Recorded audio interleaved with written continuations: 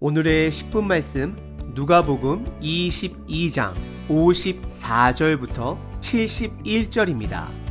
전 본문에서는 예수님께서 겟세마네 동산에서 붙잡히시기 전 제자들에게 그리고 우리들에게 기도의 중요성에 대해서 가르치셨습니다. 우리가 기도해야 하는 이유는 크게 두 가지입니다. 첫 번째, 우리가 연약하기 때문입니다. 우리는 세상의 가치관에 흔들려 유혹과 시험에 넘어집니다. 그리고 두 번째는 하나님 아버지와의 교제함을 통해 그분의 뜻을 찾기 위함입니다. 우리가 넘어지더라도 다시 하나님 아버지의 뜻을 찾아 순종함으로 일어서야 합니다. 오늘 본문은 예수님의 예언대로 베드로가 예수님을 3번 부인하며 본인의 연약함, 죄성을 철저하게 깨닫는 시간입니다. 그래서 베드로는 오늘 본문을 교훈 삼아 베드로전서 4장 7절에 다음과 같이 말합니다. 만물의 마지막이 가까이 왔으니 그러므로 너희는 정신을 차리고 근신하여 기도하라 말합니다. 본인의 죄성과 연약함을 철저하게 경험한 베드로의 마음이 담긴 권고입니다. 오늘 본문 베드로 사건을 통해 내 삶에 나의 연약함을 고백했던 순간들을 떠올려 보시길 바랍니다.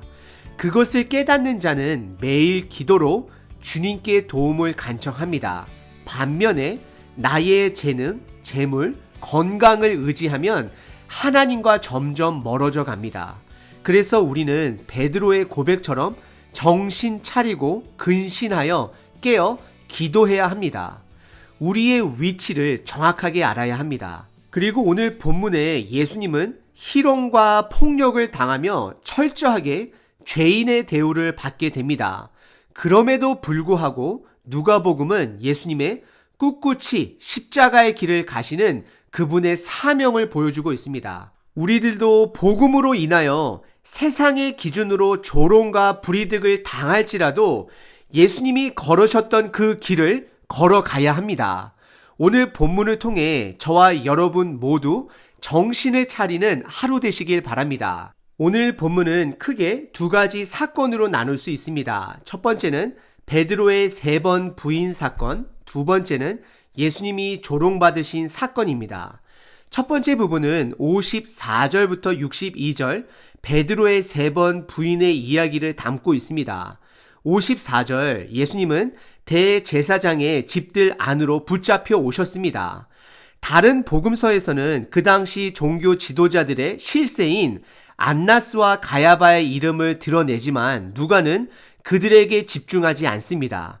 누가는 베드로와 예수님과의 관계에만 집중합니다. 왜냐하면 예수님의 예언대로 베드로는 예수님을 부인하게 되고 예수님의 말씀대로 다시 회개하고 돌아와 다른 제자들을 굳건하게 할 것이기 때문입니다. 오늘 본문의 배경은 다른 제자들은 다 도망갔고 심지어 예수님을 팔아넘긴 유다도 안 보입니다. 단지 베드로만 멀찍이 예수님을 따라갑니다. 베드로는 아마도 복잡한 심정으로 예수님을 따라갔을 것입니다. 의리를 지키기 위해 따라갔을 수도 있고요. 혹시 기회를 봐서 예수님을 탈출시키기 위해서도 따라갔을 수도 있습니다. 하지만 아직 그는 그의 힘을 믿고 있기 때문에 결국 그는 예수님을 3번 부인하게 될 것입니다. 55절에 베드로는 예수님을 붙잡은 사람들 가운데 함께 앉아 있었습니다. 이것은 성경이 베드로 또한 세상 사람들과 다를 것이 없는 연약한 자임을 드러내는 것입니다. 그리고 56절에 한 문지기 여종이 베드로를 주목하여 예수님과 함께 있었던 자라 선포합니다. 누가의 표현은 한 여종이 베드로의 불빛을 향하여 앉은 것을 보고라고 말합니다. 진리의 빛이 베드로의 연약함과 죄악된 모습을 비춘다라는 것입니다. 그때 베드로는 57절에 내가 그를 알지 못한다 고백합니다. 예수님을 알지 못한다라고 고백하는 것입니다. 그리고 58절에 잠시 후에 다른 사람이 이어 베드로도 예수님과 같은 도당이다라고 표현합니다. 여기서 도당이라는 표현은 악명 높은 그룹을 말하는 것입니다. 하지만 베드로는 그 예수님의 그룹이 아니라 본인을 부인합니다. 그리고 59절, 1시간쯤 있다가 한 사람이 베드로의 거친 어부의 악센트를 가진 갈릴리 사투리를 들어서인지 참이라 표현하고 장담한다 표현하며 그는 예수님과 함께 있었던 갈릴리 사람이 맞다라고 이야기를 합니다. 하지만 60절에 베드로는 그가 말하는 내용을 전혀 알지 못한다 전면 부인합니다. 그리고 세 번째 부인이 끝나기도 전에 닭이 곧 울더라 라고 성경은 기록합니다. 그리고 61절에 베드로가 아니라 주께서 돌이켜 베드로를 보시게 됩니다. 예수님께서 돌이켜 베드로를 바라보는 시선은 그를 죄인으로 몰아가는 그러한 눈초리가 아닙니다. 그럼에도 불구하고 베드로가 3번 부인한 것은 죄입니다. 누가복음 12장 9절에 사람 앞에서 나를 부인하는 자, 예수님을 부인하는 자는 하나님의 사자, 즉 천사들 앞에서 부인을 당할 것이다 라고 예수님은 말씀하셨습니다. 하지만 예수님은 베드로의 이러한 연약함을, 사탄의 시험을 이기지 못함을 미리 알고 계셨습니다. 그래서 힘을 주시기 위해 베드로를 다시금 쳐다보는 것입니다.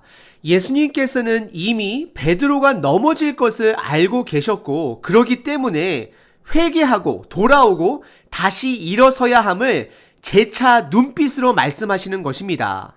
누가복음 22장 31절과 32절에 시몬아 시몬아 보라, 사탄이 너희를 밀 까부르듯 하려고 요구하였으나 그러나 내가 너를 위하여 내 믿음이 떨어지지 않기를 기도하였노니 너는 돌이킨 후에, 회개한 후에 내 형제를 굳게 하라 말씀하십니다.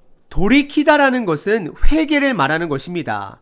회개에는 2가지 인지가 있어야 합니다. 첫 번째는 내가 죄인이라는 인지, 두 번째는 주님만이 나의 구원자, 나의 힘이라는 인지가 있어야 합니다. 예수님은 베드로를 바라보시고 너의 죄를 인정하고 다시 일어나 이제는 너의 힘이 아닌 주님을 의지해야 됨을 말하고 있는 것입니다. 그가 돌아올 때, 회개할 때 넘어진 형제 자매들을 굳건하게 세울 수 있는 것입니다.